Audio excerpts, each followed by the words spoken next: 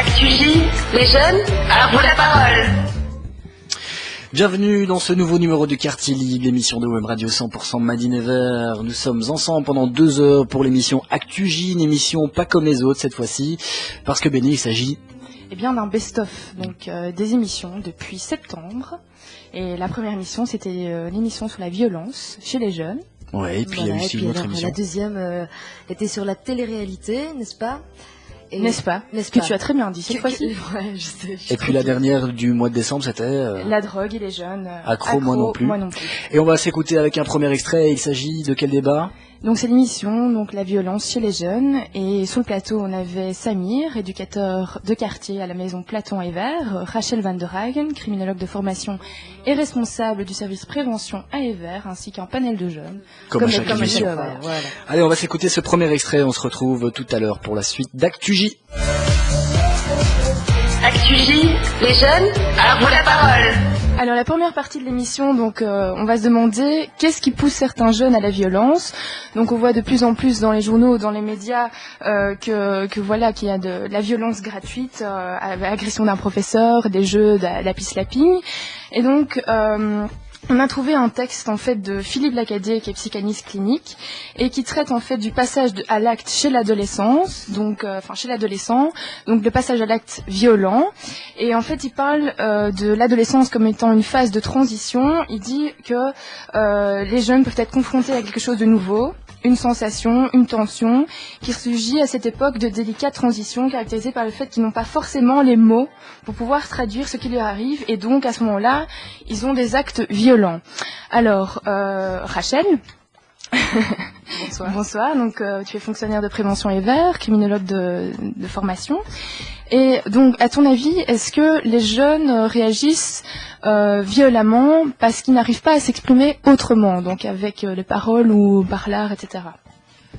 Oui, je pense qu'effectivement c'est le cas. Je pense aussi que les jeunes de la société qu'on vit aujourd'hui vivent dans une société de consommation instantanée où dès qu'ils voient quelque chose, ils le veulent, le reçoivent souvent. S'ils ne le reçoivent pas, ils trouvent d'autres moyens de l'avoir quand même.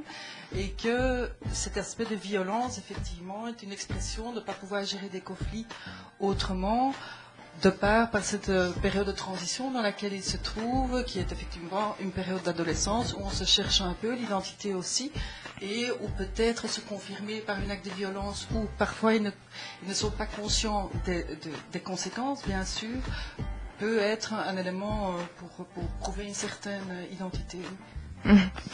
Alors, Ayoub, est-ce que il t'est déjà arrivé d'être violent pour quelque chose ou pour t'exprimer ou quoi? Ou est-ce que tu as déjà eu affaire à un ami qui était violent ou...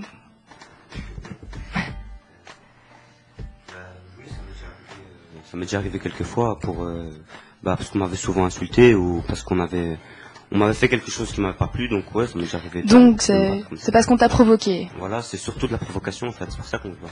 Mm-hmm. Ou par insulte ou par un simple jeu, on se met en colère et voilà, on en arrive beaucoup.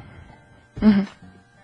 Ayoub, tu t'es jamais bagarré, rien? Oui. T'es tout gentil? Mais bon. C'est par rapport à quoi? Souvent par un jeu, quoi. Mm-hmm. Un jeu comme quoi? Le foot et tout commence surtout par les fautes et tout. Et ça dégénère par après, quoi. Ouais, ça dégénère comment? Tout d'abord par les insultes, puis voilà, quoi, par des combats et tout. Et puis on va chercher les grandes personnes et tout. Mm-hmm. Est-ce que tu connais le happy slapping? Non. Non? Quelqu'un connaît le happy slapping? Oui, Samir? Jeu de foot. Samir, éducateur à la maison de quartier de Platon. C'est ce qu'on voit souvent à la télévision, le jeu du foulard par exemple, des choses comme ça. Mm-hmm. Oui, en fait, il y a le jeu du foulard, donc ça consiste à mettre un foulard autour du cou et à serrer très très fort jusque quand on ne sait presque plus respirer et même jusqu'à perdre connaissance. Et le happy slapping, c'est trouver quelqu'un dans la rue et une petite bande de 3 personnes et commencer à le tabasser. Et on filme souvent ça et on met ensuite ça sur Internet et c'est comme si c'était un acte héroïque. Donc, est-ce que vous avez déjà entendu parler de ça, les garçons? Un peu. Vous avez déjà vu ça sur Internet ou quoi? Non, j'en ai entendu parler tout simplement. Vous connaissez personne qui a déjà fait ça? Non. Et qu'est-ce que vous en pensez de ça? C'est une violence gratuite, trouver quelqu'un, le frapper. Oui, c'est un peu gratuit parce que maintenant les jeunes ils trouvent vraiment quasiment rien à faire dans la rue donc ils s'amusent à des jeux complètement idiots comme aller tabasser des gens dans la rue, ils voient vraiment pas l'intérêt. Donc parfois ils le font par envie, donc par raquette, ils veulent avoir quelque chose que quelqu'un possède comme un MP3 et bon ils en arrivent au coup, ils volent et puis ils s'enfuient. Ça arrive comme ça souvent, c'est là que sont nés ce genre de jeux. Mais le jeu du foulard, non, j'ai jamais entendu parler. Tu penses que c'est souvent pour voler quelque chose qu'il y a la violence comme ça, ou c'est parfois aussi gratuitement? Non, c'est souvent pour voler, mais oui, ça arrive souvent que c'est gratuit pour montrer aux autres que voilà, on se laisse battre, qu'on est un caïd en gros, pour faire en fait c'est pour se donner une image plus supérieure de soi en fait. C'est pour comment on dit. C'est montrer supérieur, voilà, frimer, c'est montrer supérieur aux autres. Samir, est-ce que tu as déjà eu affaire à un jeune violent? Oui, bien sûr, au tout début, quand je suis arrivé au service de prévention des vers, c'est clair que j'ai eu affaire à des jeunes, bon, assez violents, parce que j'étais nouveau, bien sûr, ils ont voulu tester un petit peu, donc j'ai dû énormément travailler avec ces jeunes-là. Notamment pourquoi j'ai eu d'énormes problèmes avec des jeunes violents, c'est parce qu'ils voulaient rentrer dans une maison de quartier à n'importe quelle heure. Il fallait leur faire comprendre qu'il y avait des heures à respecter, qu'il y avait des autres groupes qui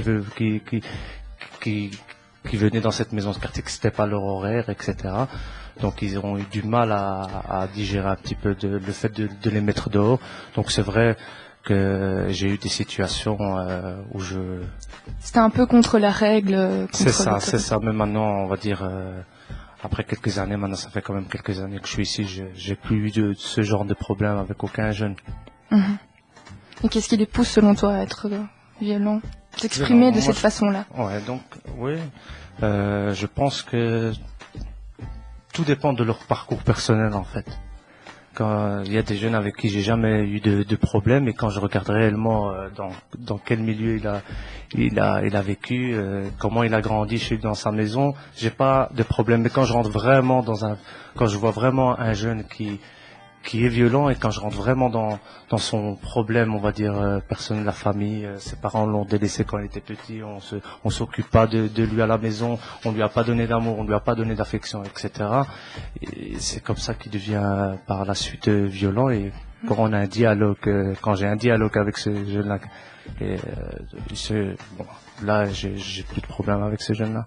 Il faut vraiment en parler avec lui. C'est ça, voilà. Montrer proche. C'est vraiment, mais c'est ça en fait. C'est vraiment notre outil de travail. L'écoute et la communication, je pense que de notre métier, c'est le meilleur outil qu'on puisse avoir. Si on écoute un jeune, s'il se sent écouté, pour lui, bon, voilà, enfin, on m'écoute. Et si on écoute et on arrive à avoir un dialogue avec ce jeune-là, c'est bon, on a réussi, notre mission a été réussie. Donc là, on peut envisager d'avoir des projets avec lui, de le responsabiliser, d'avancer avec lui. Et Ayoub, Yacine, vous vous sentez écouté par les adultes? Pas tous. Non? Pourquoi? Enfin, qui? Pas tous. Il y a la police, comme vous savez, quoi. Et qui encore? Les profs et tout, quand ils entendent les Arabes ou les Marocains, c'est nous qu'on est les premiers, quoi. Toujours nous. Oui. Il y a peut-être d'autres raisons aussi. Et c'est ça qui parfois engendre des actes violents, tu penses?